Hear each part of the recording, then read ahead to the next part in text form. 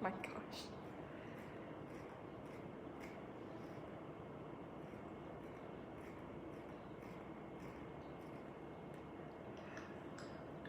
She's so messy, Jake.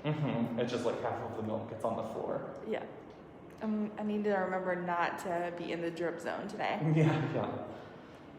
And then she'll like shake her head after she gets it. Oh, great. Spray. But it's a party. It is a party. All right, well, y'all, I think we're going to get started. Welcome to our Facebook Live for International Clouded Leopard Day. My name is Jake, and I'm here with my pal Hope, who is a 5-year-old clouded leopard. So she was actually born here at the zoo in, what is that math? 2015, and she has been living here ever since as a wonderful ambassador for her species.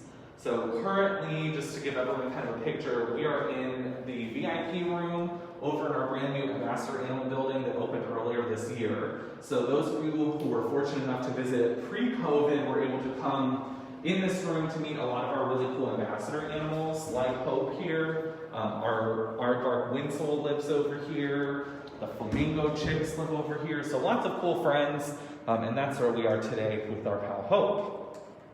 So International Clouded Leopard Day was started just a couple years ago by some folks over in the UK, I believe. And it was just a way to highlight these incredible cats. And here at the National Zoo, we're so thrilled to be a part of International Clouded Leopard Day, which I will furthermore be calling Clouded Leopard Day, because international is just like too much of a word to throw in there. We're so thrilled to be a part of it because this really is kind of our flagship species here at the zoo. Since 2009, when we began our breeding program, we've had over 38 cubs born here at the zoo, including Hope and her sister Faith, who live here in our Ambassador Animal Building.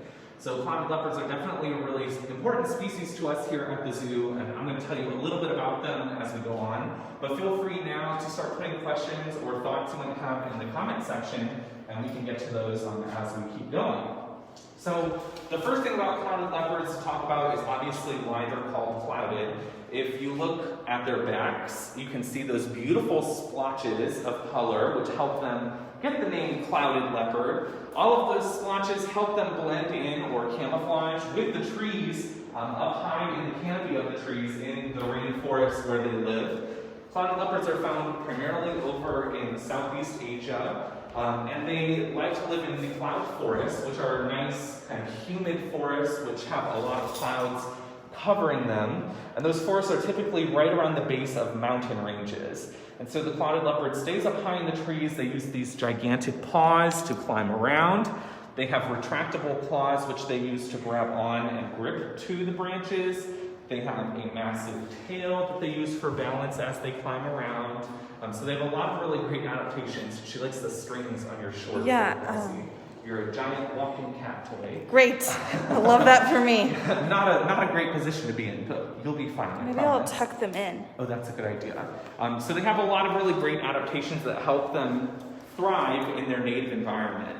Now here in Tennessee, obviously we get really hot, we get really cold throughout the year.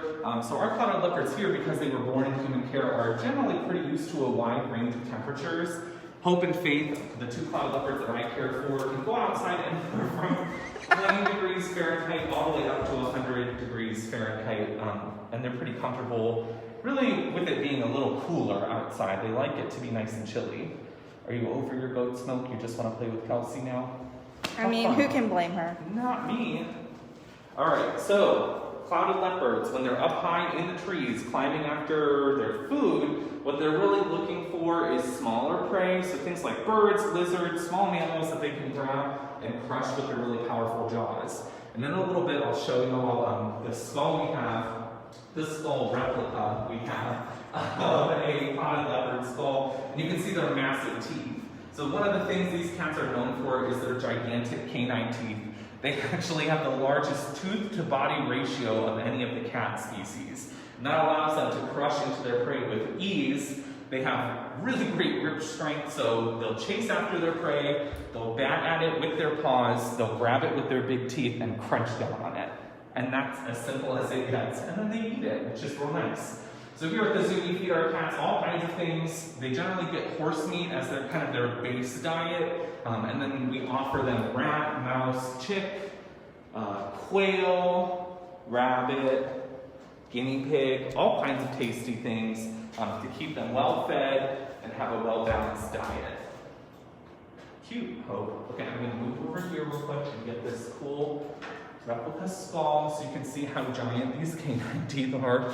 So a clouded leopard has teeth the size of a tiger, but they're only about 40 pounds. And a tiger can be like way over 240 pounds. So crazy size difference there. Really cool to get to see their teeth up close. Oh, now Hope's looking at the teeth. You have some right here. You have some in there. That's a really great view of her whiskers as well. So those whiskers, or the formal term is vibrissae, those are used by a lot of different mammal species to help tell what's going on around them when it's too dark to see very well. And the clouded leopard certainly will be out at night hunting for prey, and they'll use those whiskers to tell what's going on around them, doing their thing, making sure that the scene is safe, and making sure they don't run into any like tree limbs that are sticking up, which would not be fun. Hope is in a very playful mood at this point because Kelsey's little string there made her very slinky and happy, yeah? So all she wants to do right now is try to get to it. So if you see her moving slowly, that's what she's doing. She knows she's not supposed to play with human bodies, like that's not a fun thing for us. But she's trying to see if she can play with Chrissy's clothes right now.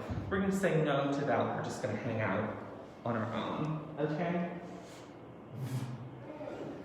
She's like, no, I really want to play with it. So clouded leopards make a variety of different vocalizations. They're actually some of the most vocal cats that I've ever worked with.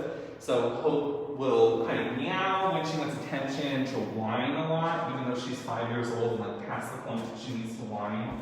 They chuff when they're happy and when they're saying hi or hello or as a greeting. And that's a really cool sound to get to hear them make. We'll see. Can you come up here? Hope, can you come up here for me? Thank you. I'm going to see if she'll take some milk. A little bit there. I love the sound of her tongue. Yeah, it's so raspy. And there's a good look at her giant teeth in action. And I'm assuming that's why she's not playing with me. Exactly. Yeah, we don't want her playing with us. Yeah, so that's something that we start really young. We never have our cats like chase our fingers or climb on us, because what's cute when they're 3 pounds is not cute when they're 40 pounds. Okay, let me see if I can get her to chuff. Hey, Hope. I'm going to try a couple of times.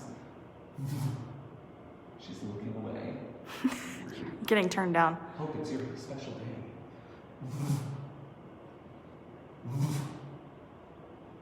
Just sniffs, that's all? Oh my gosh. It's not embarrassing, Kelsey. It's great. I mean, we did this last time. I know, and it worked. You know? Finally, yeah. There's a tiny one. It's the softest little chop ever. Hi, baby. How you doing? No, she's too busy. Nope. Yeah. she's really hung up on those little strings. Here's your bird, Kelsey. And this, the fun thing about these cats is they're really intelligent. She knows that she's not allowed to do that, so I won't let her get to that point. And you hiding them is a great way to kind of deter her from engaging in that behavior any further. But she wants them still, so she's going to pout a little bit about that, and that's okay. You know, disappointment is a normal part of life. Hi, baby. Hi, girl. I mean, I thought to not wear jewelry for her. That was smart. Yeah. But I wouldn't forgot have, about the strings. Really thought about that either. Do we have any questions so far about these wonderful cats? We do have a few. I think since we started a little early, a few people missed our introduction of Hope as an individual. Yeah. Can we run through that again? Yeah, so Hope is a beautiful clouded leopard. She's 5 years old now, born here at the zoo and hand-raised to be a wonderful ambassador animal, and has been here her whole life. She loves goat's milk, which is what I've been offering her out here. Her other favorite food is beef roast. So she has very expensive tastes. She's a fancy girl. And her sister lives with her. Yeah, her sister Faith lives here at the zoo as well. And no offense to Hope, but Faith is my favorite clouded leopard ever. And Hope is just like a better worker than Faith. So that's why we're seeing Hope today. Really? Yeah. You wouldn't be able to tell from her laying down like that. I know. This is good. This is what she's supposed to be doing here, actually. So I have trained her with a couple of my coworkers. We trained her to come in here, hang out, be really comfortable, and and that's what she's showing us now, which is what we like to see. What I don't want to see is her like pacing around. I don't want to see her looking agitated in here. We want to just be like chill, in the zone, so happy. Yep. So you're doing well. Stacy says, we loved seeing Bruce this morning. He was playing with waffle blocks enrichment toy thing. Fun.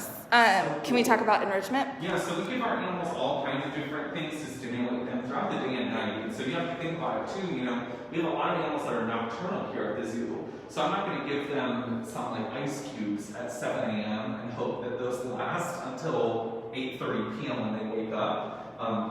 So we have to plan our enrichment for each individual and each species according to their biological needs. So for our clouded leopards, we'll often give them some stuff right early in the morning because that's when they're pretty active for us. And then they kind of taper off in activity throughout the day, and then we'll offer them more right towards the end of our day before we leave and before they're really active for the night. And that can be anything from different scents to fresh leaves and twigs and sticks from outside.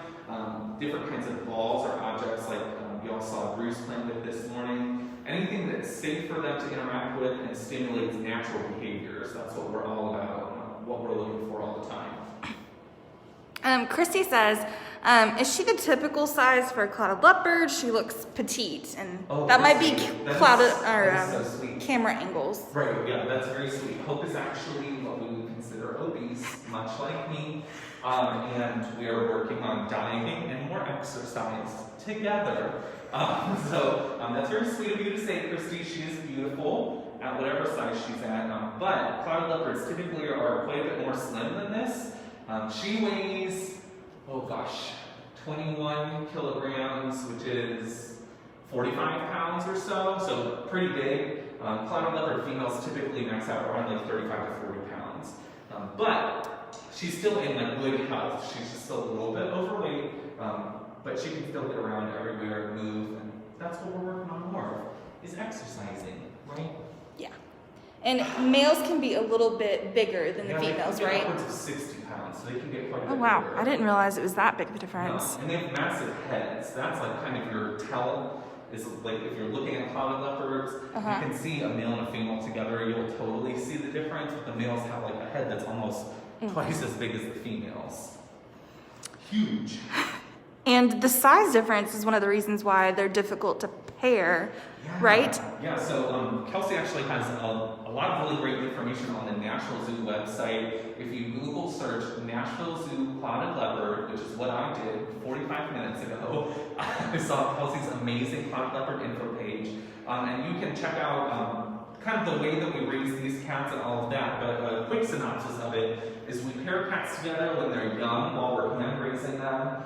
We let them be partners and buddies, and then they fall in love when they're mature, and then they have babies, and everything goes well. If you try to pair clouded leopards when they're even juveniles or adults, a lot of times you'll see bad things happening. And that's just because the males are so much bigger than the females when they're like doing their sparring and their very normal, natural mating kind of rituals. We can see some elements of danger there. So we found out a while ago, our amazing veterinary team, our carnivore team, and our president, Rick Schwartz, have kind of pioneered this technique to raise clouded leopards. And because there are only about 10,000 of these animals out in the wild, there's a lot of work to be done here in the United States and really all over the world with animals that are in managed or human care. And that way we can learn more about them, we can learn more about like how to breed them and how to care for them properly, and then what we need to do to help them out. I feel like she's like in the goat's milk coma stage. Yes, you have very correctly identified it. She's very zoned out right now. That's again something that we like to see. She's like looking at herself. Yeah, she's looking at herself. But yeah, we love to see her calm. Do you see yourself up there on the wall? How cute. So that's actually a Joel Sartori photo. He came to the zoo a couple years ago to take some pictures of really cool animals. And he hadn't got a picture of the clouded leopard on a white background yet. So he got a picture of Hope. Do you see yourself there? This is so funny to my... Hello?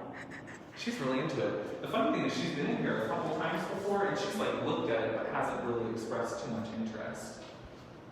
And I normally don't let her climb on these benches, but listen, a girl's gotta live it herself. Yeah. How cute is that? This fall is not definitely, but thank you for asking. No interest in the other portraits, just herself. Just herself. Wow, you're cute, aren't you? That's cute. Any other questions so far, Kelsey? Yeah. Yeah. Yeah. Lisa wonders, where do clouded leopards come from? So they live over in Asia, and I mentioned this a little bit ago, but they live in forested regions, right around the base of mountains. Mm-hmm. Oh, this is a good question, and my favorite question, Jake, well, one of them, is her fur soft? Yes. You know, it's kind of interesting. We were having this discussion yesterday. Leopards and other wild species of cats have like a different kind of softness to them. It's almost like an oiliness to their fur. And you can kind of see that sheen in this lighting. You wouldn't really expect that if you've never touched a wild cat before. The thing is, you don't need to touch these animals to, you know, appreciate their value. You can touch your cat at home and look at a picture of a clouded leopard, and it'll be nearly the same experience, I promise. So cute. Back to our milk. Right. Let's see. Ashley mentions masks, and there are two of us here, Ashley, so that's where Jake and I are wearing masks. And but there's a cat here. There's also a cat here. Yeah. Do you want to talk about that? Sure, yeah. So COVID-19 is a very real and serious virus that's going around, as most people know. Humans can pass it back and forth really easily through droplets in the air coming from our mouths. Our noses going into someone else's mouth and nose. So anytime that we're working at the zoo, we're wearing masks the entire time we're here. And especially around cats and other carnivores who are susceptible to the virus. And there have been reported instances of the virus going to cats. We are especially really cautious.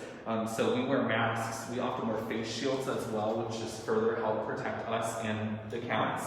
Make sure that everyone stays healthy and safe here during this novel coronavirus pandemic. Lots of questions or comments about size when we were talking about it a little earlier. So, and Sabrina mentions that she thought leopards were the size of mountain lions.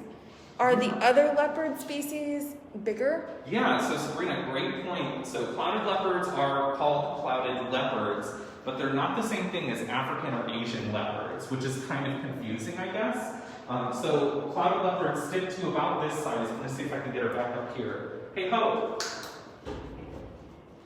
She's so focused on you, Kelsey. I know. Hope-a-dope, will you come up here for me? There's a chuff. She's like, no, I won't, but here's a chuff for you. We'll see if she'll just kind of chill out over here by the door. So back to leopards, sorry. There are snow leopards, which are about twice this size, and then there are Asian and African leopards, which are almost 3 times this size. So you're spot on. This is a leopard species, but they're not the same kind of leopard as the other actual true leopards.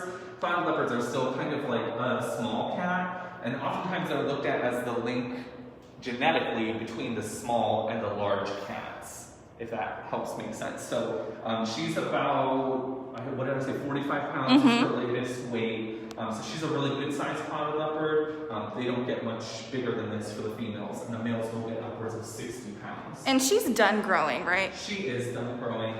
I'm just going to stop her from going all the way after you. Thanks, Jake. Yeah, she's really after that little tassel still. You can't even see it, it's gone, but you know, they're smart, they know it's there. So yeah, they're a really cool kind of medium-sized cat. And Jake, your team just got caracal kittens. Oh yeah, we did. Can we talk about their relation or lack thereof? Yeah. With these guys? So caracals are, you know, like a cousin to the cat, the clouded leopards, because all cats are kind of like cousins to one another in terms of genetic lineage.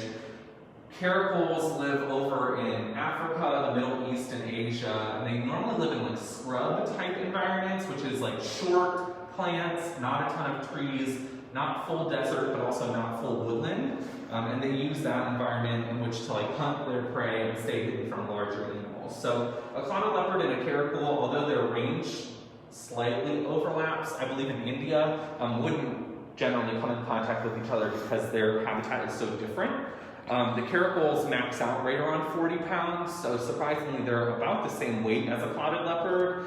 They're a stocky-bodied cat that stays on the ground for most of their lives.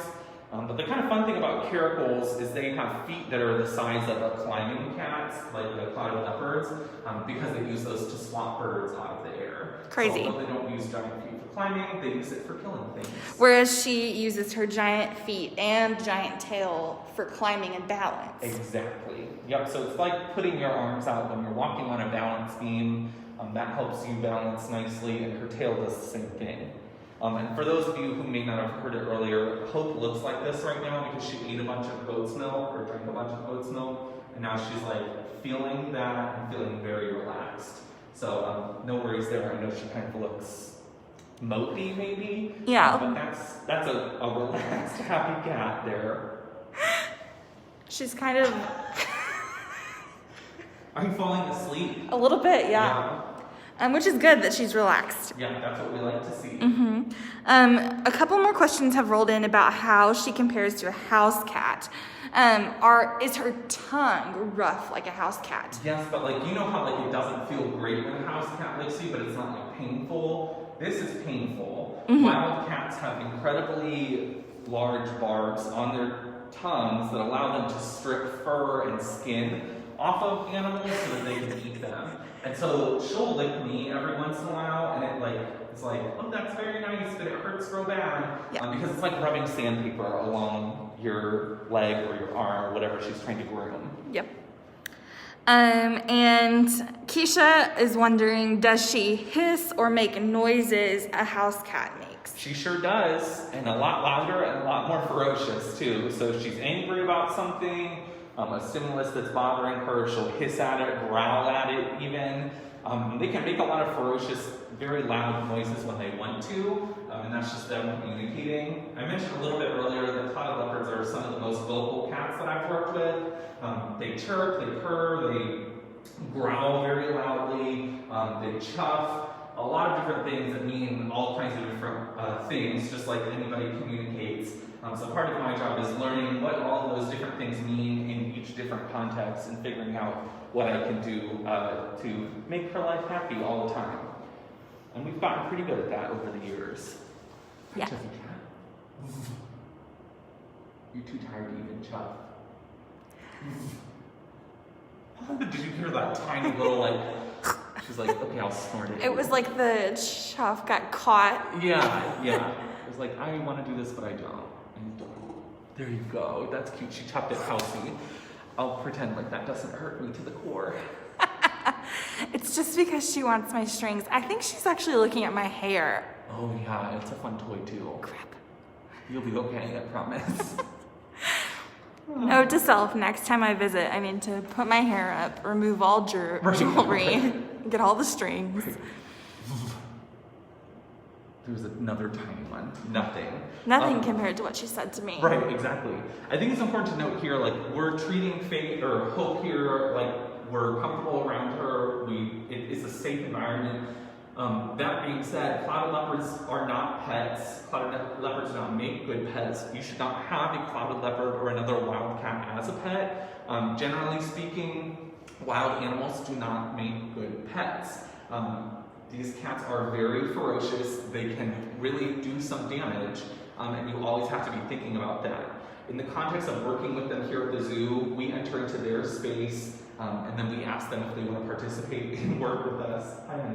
But I never let my guard down. This is something that I've been practicing for years, like working with cats. I mean, especially working with cats in a context where I'm also talking to another person. In this case, it's Kelsey and y'all behind the camera. So I can safely multitask, but it's always good to do your research before you interact with any kind of animal. Wild animals generally should be left alone. But in zoos, this can be a safe experience for you to get to come see a cat like this. But it's important to remember she's still very much a wild animal. So we're not letting our guard down. We're not treating her like a pet. We're very much aware that she can do some real damage. This is, I don't remember who it was earlier, Crystal. Or someone thought that she was really svelte, and she's Here's not. her little belly. She's round. She's very cute. She just wanted a little tummy rub. No shame in that game. No. Any other questions so far that we haven't covered? I don't see any new questions. Justin says she's just milk drunk, and you're right. You're right, Justin. Exactly. Hi. Oh my gosh. I don't know about you, Jake, but one of my favorite things about Hope is the freckles on her nose. Yep. They kill me every time. They're so cute. So cute. Who wouldn't want to save clouded leopards, right? Exactly. I guess while we look at her cute face, I can tell you a little bit about what people can do to help clouded leopard conservation in the wild. Again, at the Nashville Zoo's website, Kelsey has put together a ton of great information and resources on what you can do to help clouded leopards. But some simple ways you can help out at home are reducing your consumption of single-use plastics and purchasing products that are made with sustainably harvested palm oil. Those two actions alone can really help animals. But we can't really stop there. It's not just us individuals who need to help animals, it's large corporations. So one of the really easy ways that you can help out is by writing to corporations and telling them that you really want them to use products that are made with sustainably harvested palm oil and make their practices overall a lot more sustainable for wildlife, because those larger corporations can really affect what's going on around the world in an even bigger way than you and I as individuals. So again, it's important to do our part, but part of doing our part is telling other people that they need to get it together and help us out. So you can find all that information on the nationalzoo.org website and look up clouded leopard conservation there. These are amazing cats. We want them around for years and years to come, so we all need to do our part to help them out. Isn't that right, Hope? Hope, you're so cute. You're so sleepy too. She's like, okay, I'm ready for a nap. Thank you. Zara, I hope I'm saying your name right. She has spends her time with her sister. They've been together since they were born, so she does have a friend. She does.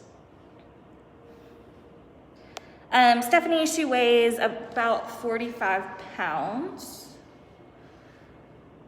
which is a little higher than normal for a female clouded leopard cat, but we still love her. We're going to look at our picture again. Jake, Carrie is wondering, does she have a favorite toy or treat? She loves the goat's milk that I'm giving her. She also loves beef roast, which is one of her favorite treats. And then she has a lot of different toys that she likes to play with, but we have especially these boomer ball eggs. So they're really heavy-duty plastic egg-shaped toys that are like this big, and she loves to back them around and chase after them and grab onto them. So she likes, but she's like pretty easy to enrich. She likes to interact with a lot of different things: scents, wood wool, newspaper, cardboard boxes, pretty much anything we can give her, she'll go after.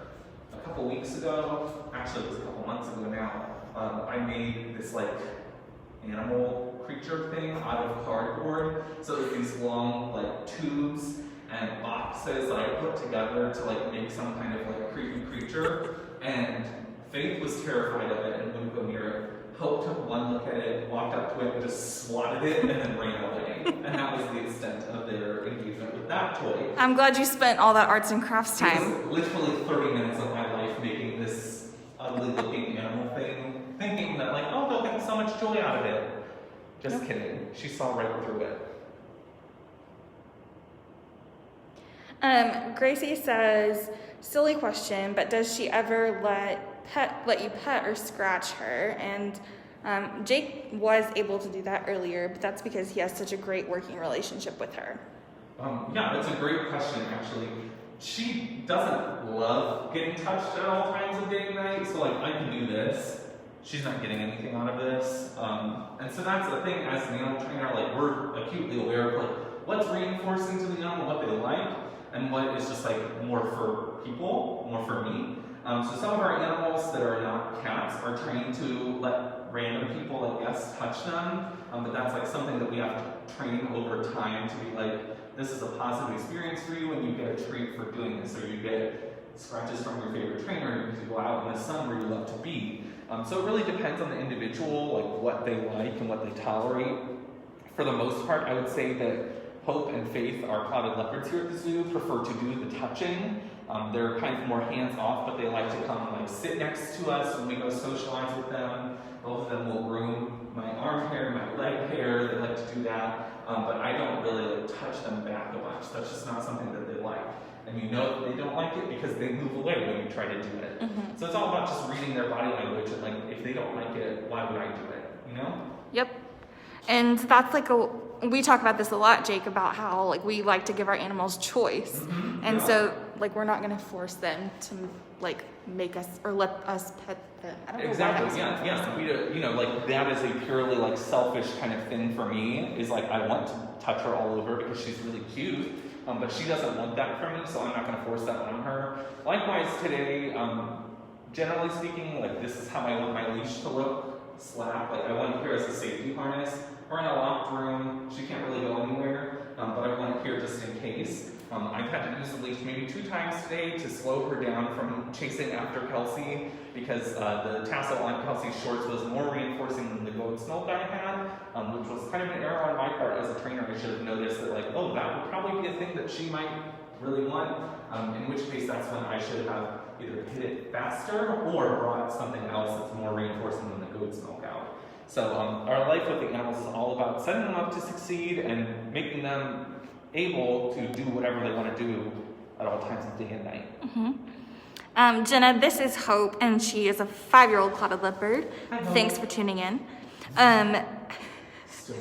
Jake, you're just getting turned down. Here's what's going to over and She's over. Gonna shut as soon as we end the broadcast. Oh, for sure. I think that's what happened last time. Mm-hmm. She's like, oh my gosh, my friend's here. Like, yep, buddy, 5 years and counting. Here we are.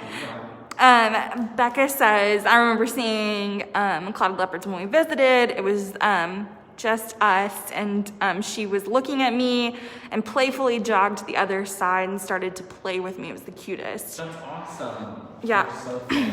Our clouded leopards that are on exhibit, which is not Hope and her sister Faith, do sometimes engage with our guests. Yeah.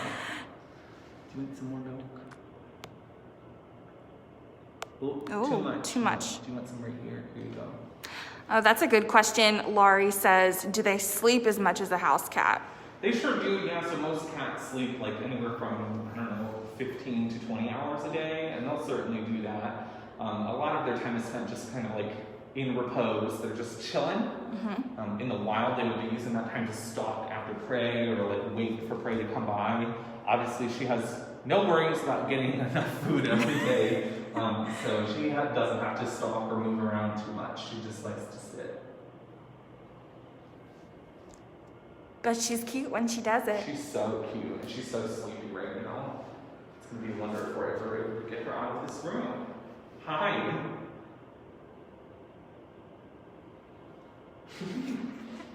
So cute. Jake, what is your favorite thing about clouded leopards or about Hope and Faith? Hope and Faith are just like, they're my favorite animals here at the zoo. Faith first, then Hope, just for the official record.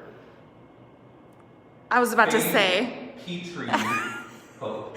Sorry, you're the best, but you know. You number 3. Yeah. Anyway, so cloud leopards are just very cool cats. I've never worked with them until I moved here to Nashville, and then I got a chance to work with Hope and Faith when they were really young. And they are just such incredible animals. They're really shy. They're really hard to spot out in the wild, so we don't know a lot about their natural behavior out in the wild. But those of us who work with them in human care can spend a lot of time researching them, observing their behavior, and kind of learning more about them. So it's really cool to be a part of that. Some things that we do know about clouded leopards: their ankles can rotate 180 degrees to allow them to climb headfirst down a tree.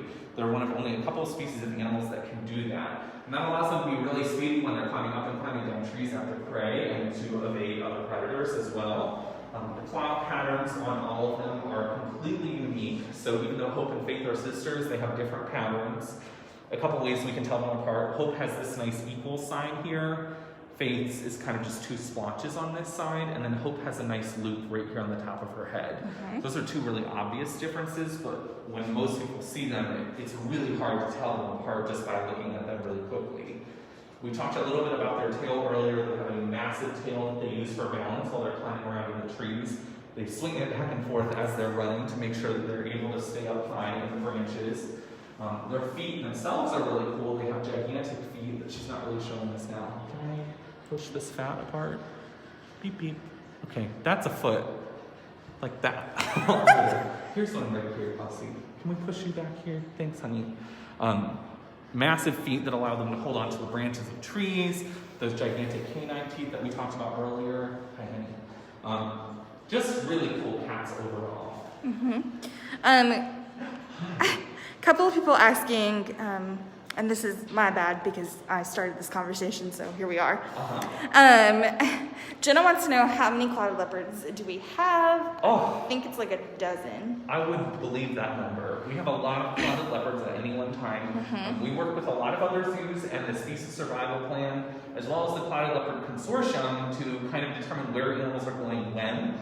We breed a lot of clouded leopards for other zoos, and then we pair the offspring together, and then we send them out to other zoos as well. So we do a lot with clouded leopards here at the National Zoo. We're basically tender for leopards, basically. Yeah. And that kind of leads us into Tanya's question, which she asked, why are they not on exhibit? And that's because Hope and her sister Faith are ambassador animals, but we do have clouded leopards on exhibit. You sure do. Bruce and... Yep, I forgot Bruce and who's another with one. Bruce. I'm so sorry. So yeah, we have a lot of different animals that are ambassador animals here at the zoo. I think when I last counted, not including all of our individual cockroaches and stuff, we have something like 96 ambassador animals that live behind the scenes. So Hope and Faith are clouded leopards, Windsoul, the aardvark that everybody loves. We have all kinds of creatures that live behind the scenes, and then they come out for encounters. So right now, since we can't really do shows in this pandemic, we're trying to get out for animal encounters really every hour from 9 a.m. until 4 p.m. So you can catch us. We were out with flamingos earlier. I had our sloth out. In a little bit, we're going to go fly a vulture and a kookaburra. Ooh. So, yeah, at any given time, you may see us out on the path, obviously socially distant and masked up, but you can see our cool ambassador animals in action. I'm touching my face again. Don't worry. I'll wash my hands and change my mask. Amazing. Jenna asks, do they shed? They do, not as much as like a dog would, but certainly like every once in a while you get hairs that fall off. Jordan says, hi, Jake. Hi, Jordan. And I don't really see any other questions right now, Jake. Okay, we can wrap up? Yeah, I think Hope probably wants to go take a nap. I know, she's ready. I'm ready. I'm right there with you, girl. I'm ready to get my midday nap, too. Same. We want to thank everyone so much for joining us for International Clouded Leopard Day. Again, you can go to the National Zoo Network website and look up Clouded Leopard Conservation. Kelsey has wonderful information about these animals and about what we can do to help them. And in the meantime, we hope to see you out here at the zoo really soon. Take care, everyone.